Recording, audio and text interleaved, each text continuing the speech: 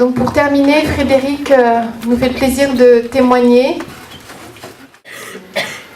Pour appuyer un petit peu toutes ces choses un peu, je ne vais pas dire abstraites, mais tous ces dires, voilà, j'aimerais apporter mon expérience personnelle. Bon, elle est ce qu'elle est actuellement, mais bon, voilà, donc tout a commencé pour moi, donc c'était en primaire, où en fait, certains de mes instituteurs m'ont vivement conseillé à moi et à mes parents d'aller voir un psychologue. Donc ça a été au moins 2 ou 3 fois, jusqu'à enfin que mes parents leur disent venez avec nous.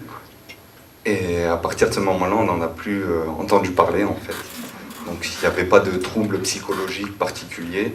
Voilà, le psychologue disait oui, il veut s'amuser. Voilà, bon, c'est vrai que j'avais des troubles de l'attention, du comportement. J'étais plus souvent à côté de mon bureau que bien devant, assis. Donc ça les énervait un petit peu, c'est vrai. Donc au bout d'un moment, bon, on est arrivé quand même à passer les étapes, les principales étapes. Et bon, c'est vrai qu'apparemment, on se posait la question de savoir si les instituteurs voulaient vraiment que je fasse des études, puisque en fait, à la fin de la primaire, on m'a dirigé vers une SECPA, qui était donc pas forcément adaptée à mon cas. Donc c'est là où j'ai été détecté dyslexique sévère, dyscalculique, donc avec trouble de l'attention également. Qui a entraîné beaucoup d'orthophonistes, de neuropsychologues, où je prenais des cours particuliers en français, en maths, etc. C'était ça tous les mercredis, les samedis, parfois le dimanche, pendant que mes amis s'amusaient à côté. Donc après, est venu les années collège, où là on a commencé à rentrer dans le vif du sujet. Donc il y a les matières difficiles, comme le français, les maths, toujours assez dures. J'ai eu la chance de tomber sur des professeurs de français notamment qui ont été très compréhensifs, parce qu'effectivement ils auraient pu me ridiculiser au contenu des notes et des écrits produits.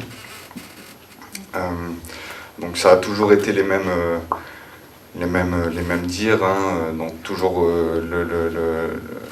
pour passer en classe supérieure, toujours très difficile, toujours des négociations avec les professeurs, avec les directeurs, parce que les notes forcément étaient très justes.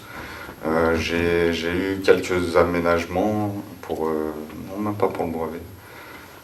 Donc j'ai commencé avec les outils dont on a parlé, Antidote et Dragon, à partir du CM1, CM2.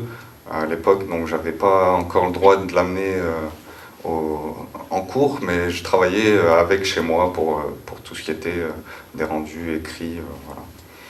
Donc après, il y a eu les années lycée, donc la seconde, un nouveau monde, et là, ça a été très très dur en fait, puisque en plus le niveau a quand même grimpé d'un échelon.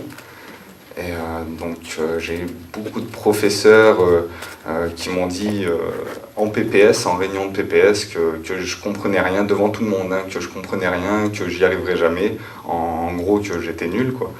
Et ça, c'est vrai que mentalement c'est dur à entendre, surtout quand on sait le travail qu'il y a derrière, tous les soirs, tous les week-ends, les vacances, etc.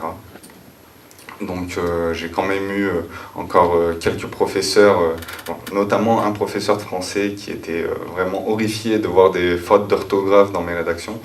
Donc ça passait pas, c'était niet, donc les notes étaient très très basses.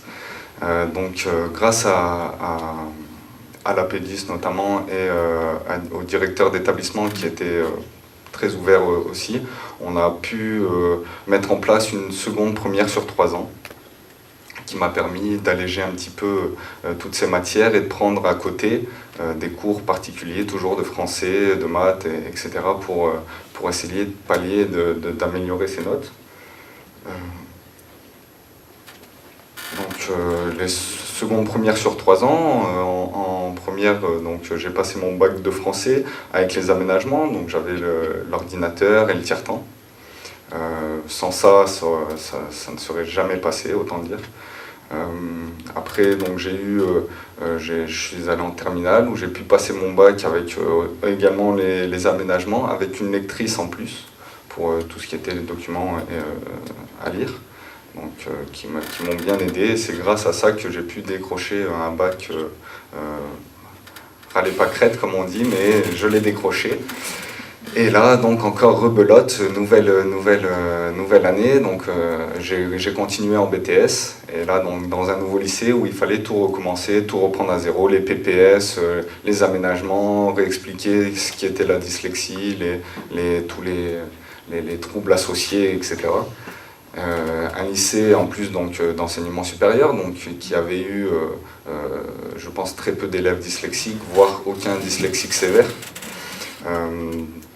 Donc ça a été très dur les 6 premiers mois, avec beaucoup de conflits avec les professeurs aussi, qui n'acceptaient pas la chose. Donc on a été obligé de batailler, toujours des réunions, etc. etc. Et heureusement que j'ai eu aussi ma prof principale qui m'a vraiment soutenu, qui a boosté un peu les autres profs, et le directeur adjoint aussi qui a été vraiment attentif et qui a pris nos remarques en compte. Et qui a pu établir tous les aménagements nécessaires au bon fonctionnement, au bon déroulement de mes études.